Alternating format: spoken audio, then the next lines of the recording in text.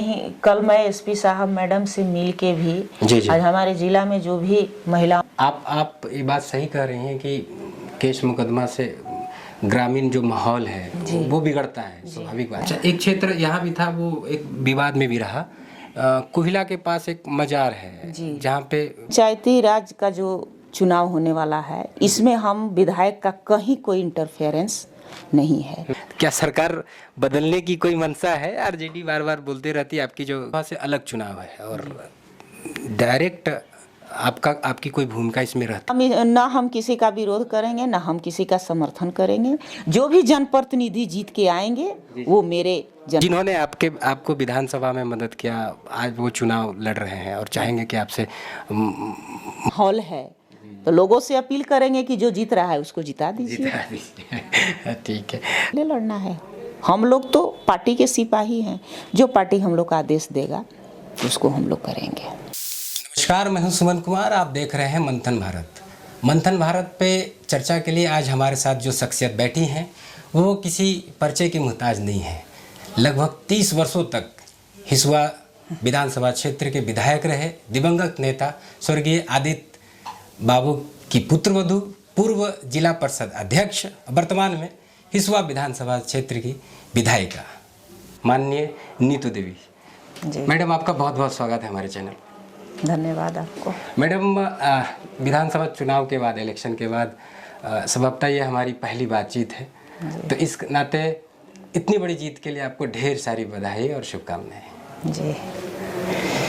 तकरीबन 15 साल के एक तरह से वनवास के बाद, एक्चुअली बीच में आप जिला परिषद अध्यक्ष रही हैं, लेकिन अगर विधायकी की बात करें तो विधानसभा क्षेत्र में, हिसुआ विधानसभा क्षेत्र की बात करें तो विधायकी को लेकर के 15 साल के वनवास के बाद एक बार फिर से विधायकी आपके परिवार, स्वर्गीय आदित्य बाबू के परिवार में विधायकी आने पर कैसा आप फील कर रही हैं? कैसा अनुभव आपका इसमें? अभी तो पूरे खुशी का माहौल है और ये जीत का श्रेय मैं अपने स्वर्गीय ससुर स्वर्गीय आदित्य जी को समर्पित करती हूँ। जी। आप एक महिला हैं, महिला होने के नाते अमूमन होता है कि बहुत सारे ऐसे हमने जनप्रतिनिधि देखे हैं कि घर से निकलना एक झिझक होती है, लोगों से बात करना भी एक झिझक होती है, एक्टिव रहना भी, चूँकि घर बार का काम देखते हुए आप हाउस वाइफ भी हैं, चूँकि घर में बच्चों को देख रेख करने के बाद, खाना बच्चों को के लिए बनाने के बाद आप पॉलिटिक्स में एक्टिव हैं जी। दिन रात एक्टिव रहने के बाद सुबह जो हमको जानकारी मिली कि सुबह फिर से आप 5 बजे जनता के लिए आप समर्पित रहती हैं, कहाँ से ये एनर्जी का एक्चुअली राज क्या है? कहाँ से ये एनर्जी लाती है? देखिए, जब से मेरी शादी हुई, 1995 में मेरी शादी हुई, उस समय तक मैं घरेलू महिला थी जी। अचानक 2001 में पंचायती राज का चुनाव का घोषणा हुआ जी। उसमें हमारे ससुर जी नरहट प्रखंड से जिला परिषद का चुनाव लड़ाए और लोगों का अपार समर्थन मिला कि पहली बार मैं 17,000 से चुनाव जीत के आई जिला परिषद जी।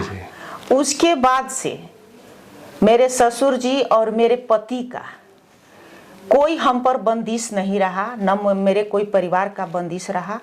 हम आजाद होके क्षेत्र में काम किए और जनता के लिए बहुत सारा काम किए और संघर्ष करते हुए 15 साल के वनवास के बाद पहली बार मैं विधायक बनी हूँ जी।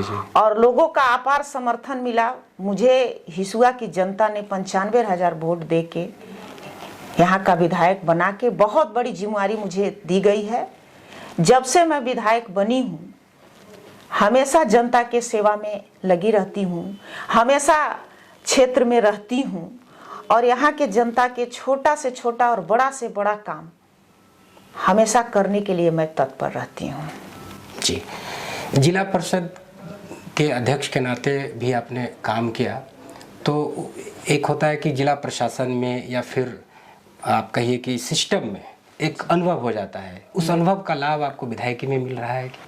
एकदम पूरा मिल रहा है जी। क्योंकि जिला परिषद और मुखिया हमारी सास थी, उनका भी हम कुछ काम देखे और जिला परिषद अध्यक्ष भी खुद रहे और विधायक हो के भी आज पूरा काम देख रहे हैं। पूर्व का जो एक्सपीरियंस है वो बहुत आज काम आ रहा है।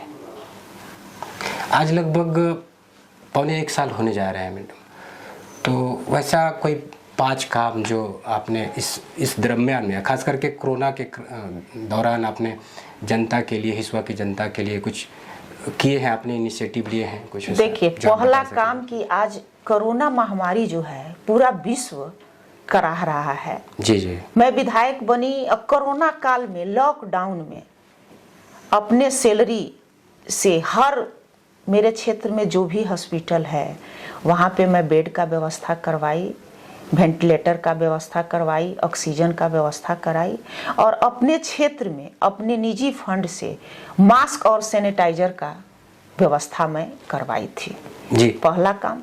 दूसरा काम कि हमारा क्षेत्र जो है शिक्षा के मामले में बहुत पिछड़ा है। शिक्षा के क्षेत्र के लिए मैं यहाँ अकबरपुर ब्लॉक जो है 20 पंचायत का ब्लॉक है, जिला का सबसे बड़ा ब्लॉक है, वहाँ एक डिग्री कॉलेज के लिए जी, ये हमारे शिक्षा मंत्री से मिल के और बात की हूँ, और आश्वासन भी मुझे मिला है कि कोरोना काल खत्म होते हुए अक्टूबर के बाद यहाँ शीघ्र डिग्री कॉलेज का काम होगा। एक्चुअली जब ये सवाल बना रहा था, जब मैं आ रहा था तो लोगों से सवाल ले रहा था कि विधानसभा के विधायक से हमारी बात हो रही है, तो विधानसभा में जो समस्याएं हैं एक्चुअली उनसे हमको रूबरू होना है और वो सवाल आपसे पूछे जाए। तो ये सवाल भी हमारे लिस्ट में था कि डिग्री कॉलेज की मांग अकबरपुर के लोग बहुत कर रहे हैं, खास करके बच्चियों को बहुत परेशानी होती है, और आप एक महिला होने के नाते हम चाहेंगे कि इस पर आप। और उसके बाद तीसरा काम मेरे क्षेत्र में रहा कि आज अकबरपुर ब्लॉक है, 20 पंचायत का ब्लॉक है, और 4 लेन का काम वहाँ पे हो रहा है। कोई अच्छा हॉस्पिटल नहीं है। जी। इसके लिए मैं ट्रामा सेंटर के लिए भी स्वास्थ्य मंत्री से मिलके बात की हूँ कि जब 4 लेन का काम पूरा हो जाएगा और जिस रफ्तार से वहाँ गाड़ी चलती है तो एक्सीडेंट का भी समस्या वहाँ हो सकता है। इसके लिए एक ट्रामा सेंटर खोलने की कृपा की जाए। जी, तो इस पर कुछ आपको स्वास्थ्य मंत्री से हम बात किए हैं, स्वास्थ्य मंत्री आश्वासन दिए हैं। कोई समय सीमा? अभी कोई समय सीमा नहीं है, लेकिन आश्वासन मिला है कि खुलेगा। जी जी।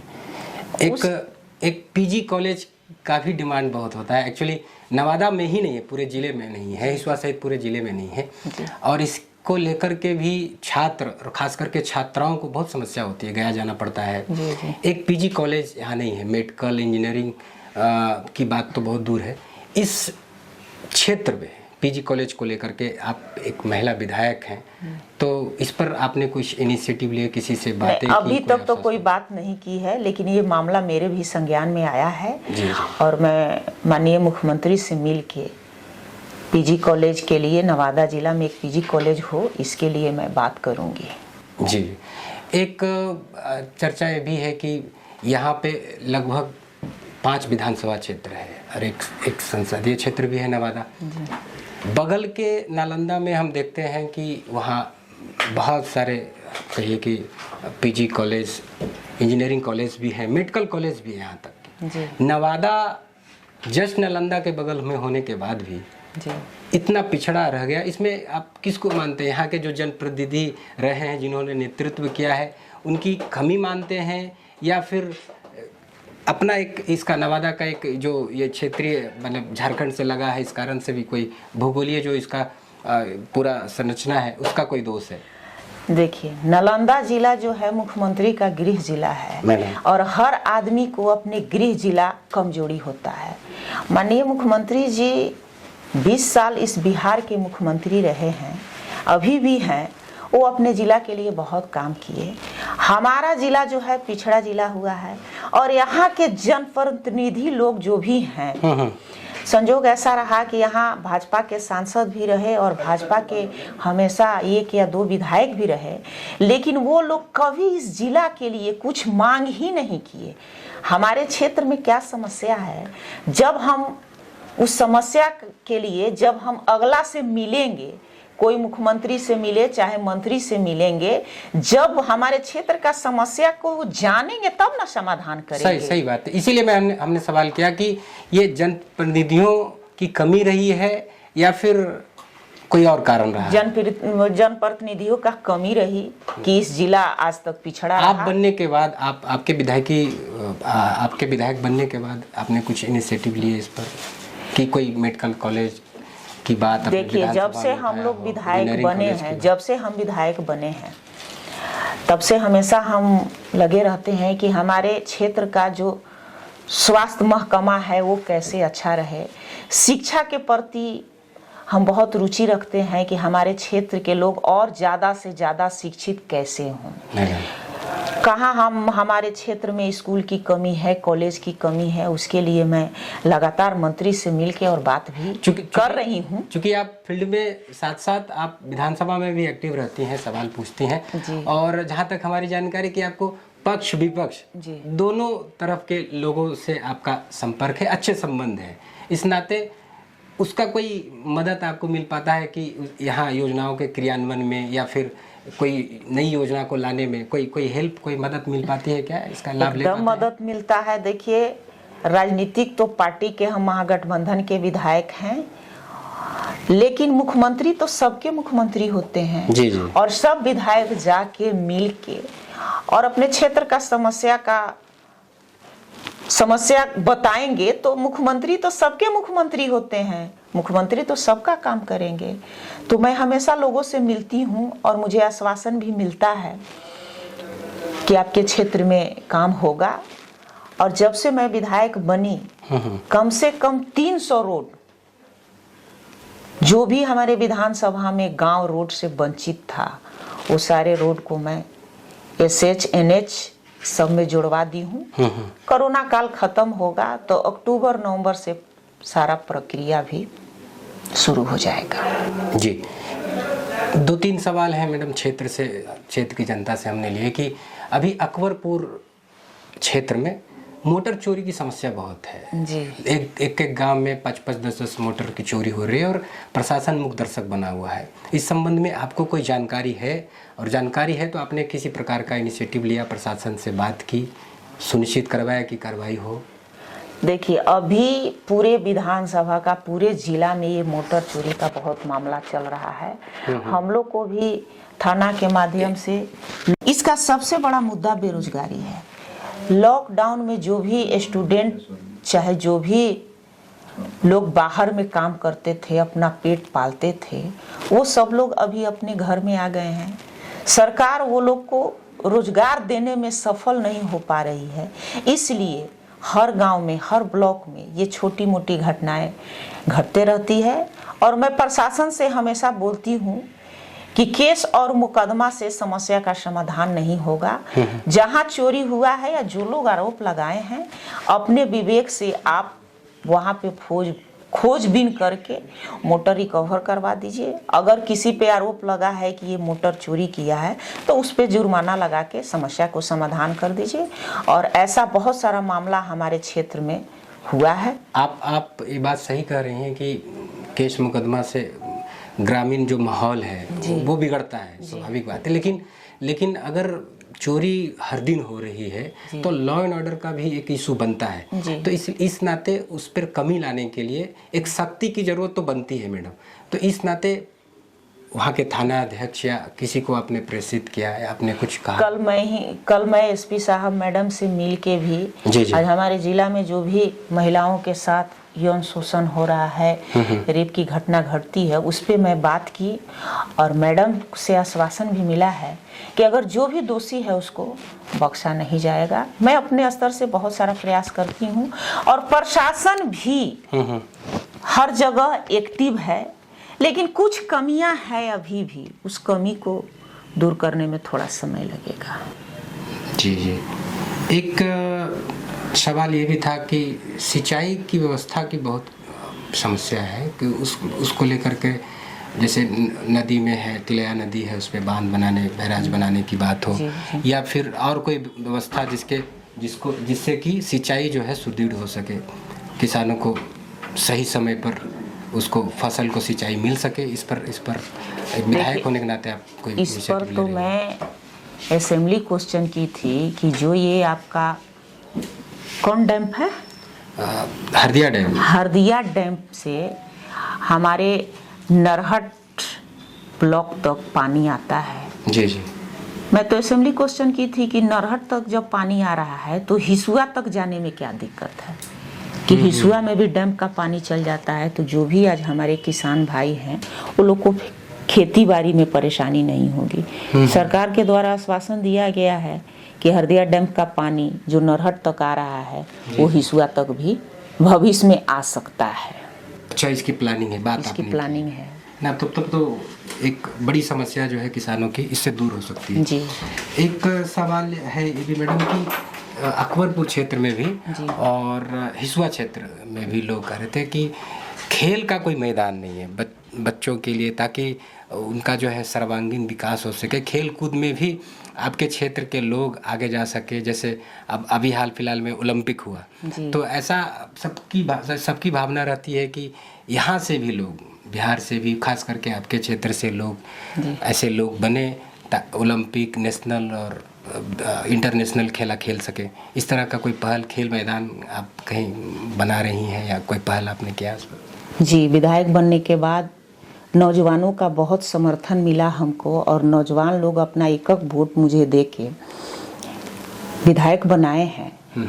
तो जब मैं विधायक बनी, सबसे पहले हिसुआ विधानसभा में, हिसुआ ब्लॉक में इंदौर स्टेडियम के लिए मैं विधानसभा में क्वेश्चन की और उसके ज़मीन के लिए भी जिलाधिकारी के पास चिट्ठी आया है और ज़मीन का भी चयन होके चला गया है। अक्टूबर के बाद वहाँ टेंडर का प्रक्रिया होगा। किस जगह का चयन आपने किया है? वहाँ हिसुआ टाउन में कोई नदी के पास कोई ज़मीन है। अच्छा, वहाँ पे।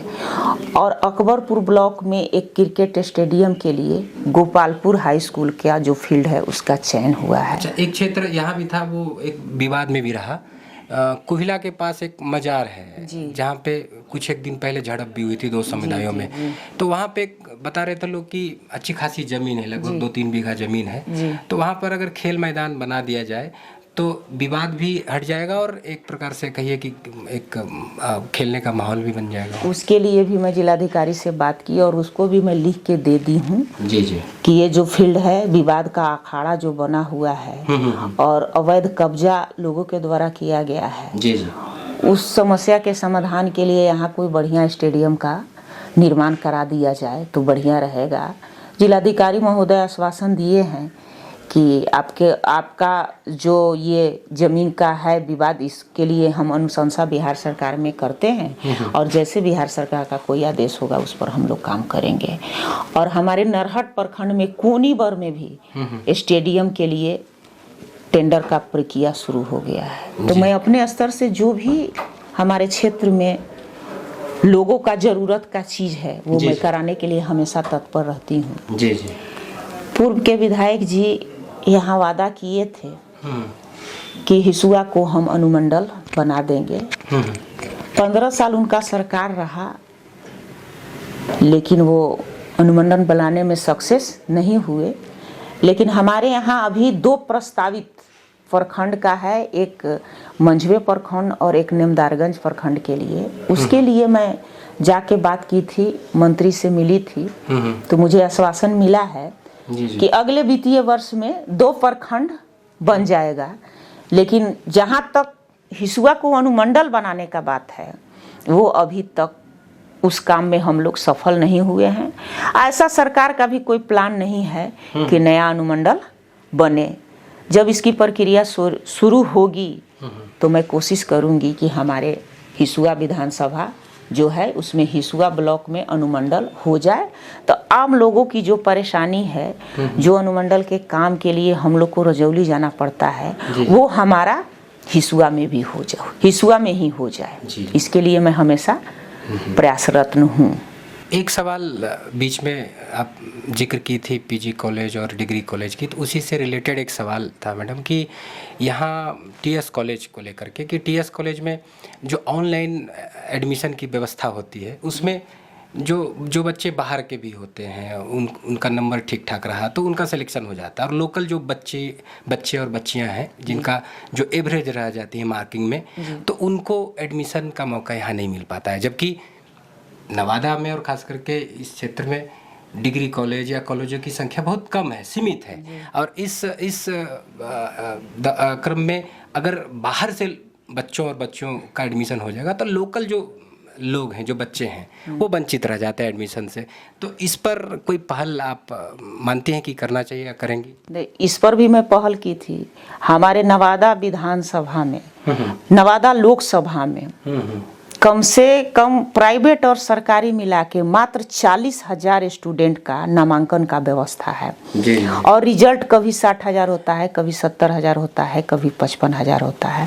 तो सरकार के पास अभी तो सारे स्टूडेंट को एडमिशन और पढ़ाने के लिए ही कोई योजना नहीं है।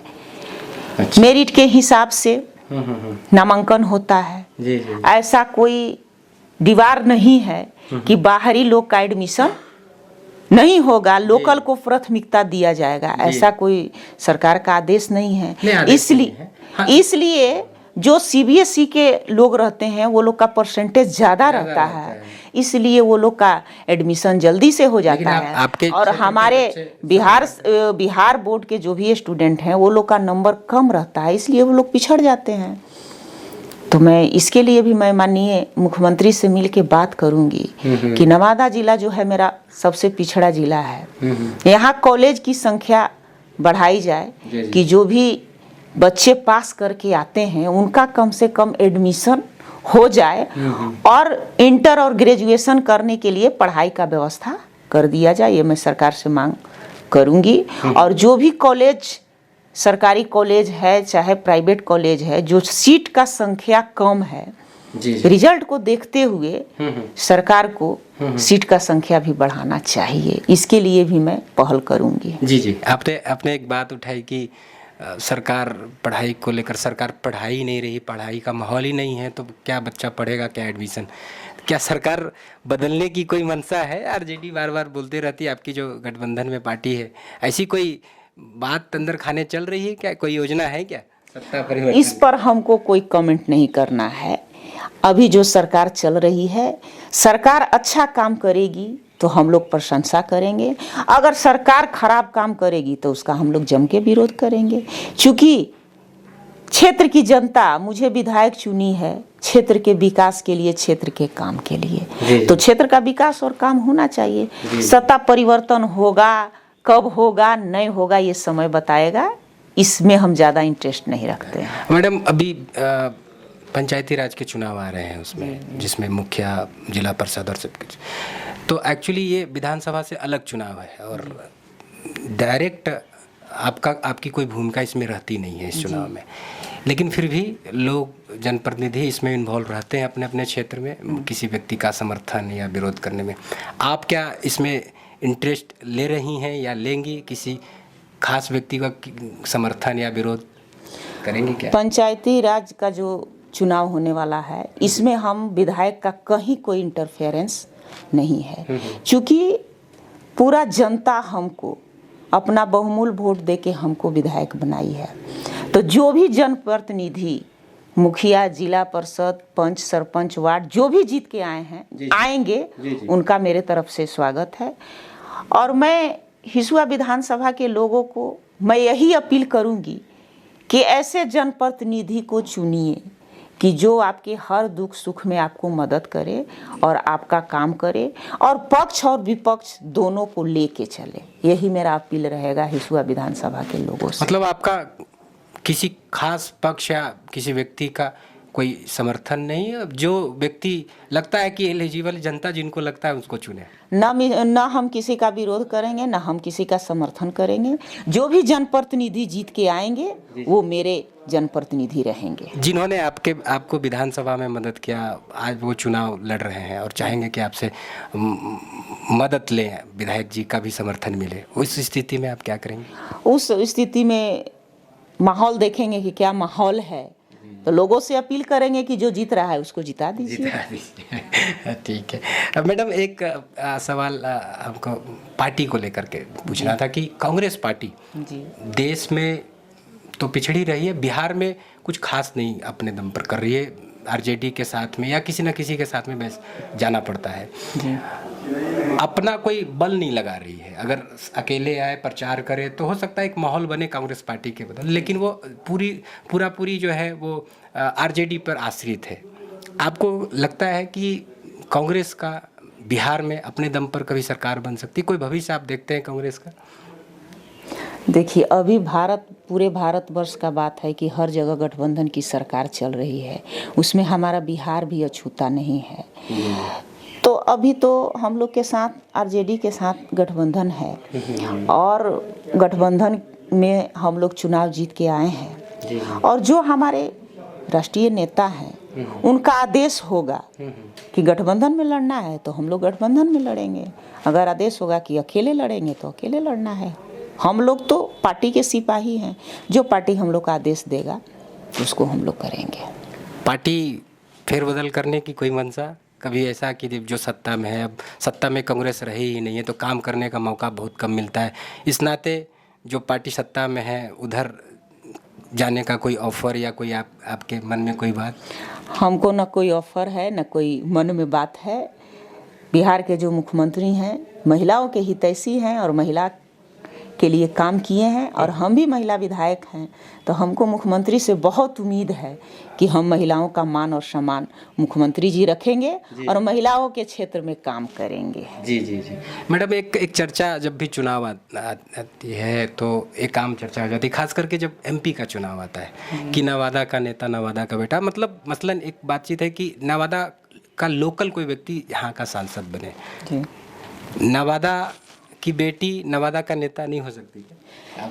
हमारी गठबंधन तो पिछले बार यहाँ के विभा जी को प्रत्याशी बनाया था और हमारा गठबंधन तो हमेशा लोकल को ही टिकट देता है।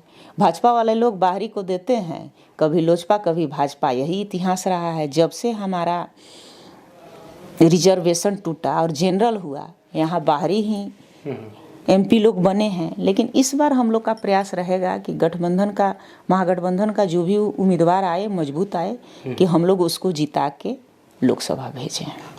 आखिरी सवाल मैडम कि आने वाले जो 4.5 साल है आपके पास, लगभग 4 साल उसको कह लीजिए, उसमें हिसुआ विधानसभा क्षेत्र के विकास को लेकर करके, इसके उत्थान को लेकर के 10 ऐसे कोई कार्य जो आपकी कार्य योजना में हो, जो आपने सोच रखा हो कि फला कार्य हमको प्रायोरिटी बेसिस पे करना है? पहला मेरा काम तो है कि 2 प्रस्तावित जो ब्लॉक है हमारे विधानसभा में, निमदारगंज और मंझवे, उसको कराना है। उसके बाद जो भी मेरे क्षेत्र में जो भी छोटा छोटा गांव और टोला और मोहल्ला है जो रोड से वंचित है, उसको रोड जुड़वाना है। एक डिग्री कॉलेज का स्थापना अकबरपुर ब्लॉक में करवाना है। एक ट्रामा सेंटर हॉस्पिटल फतेहपुर मोड़ पे बनवाना है। और जो भी स्वास्थ्य में जो भी कमी रह गई है उसको पूरा करना है। हमारे क्षेत्र में शिक्षा कैसे बेहतर हो उसके लिए हमको काम करना है।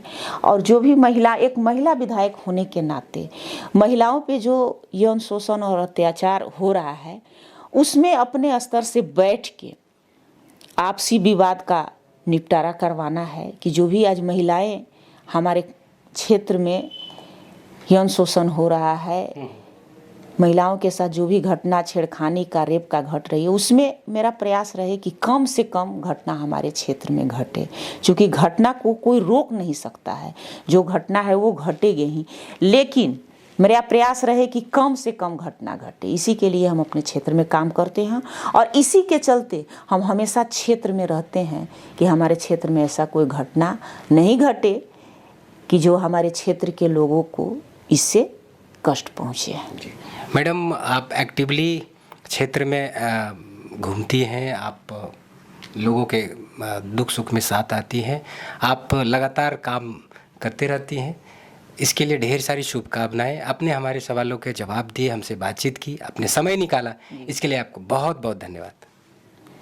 आपको भी बहुत बहुत धन्यवाद कि जो हम बोले इसको बढ़िया से आप दिखाइए और आगे फिर ऐसा कोई समय आए तो फिर हम लोग मिलें। बहुत बहुत धन्यवाद आपको। Thank you madam, thank you.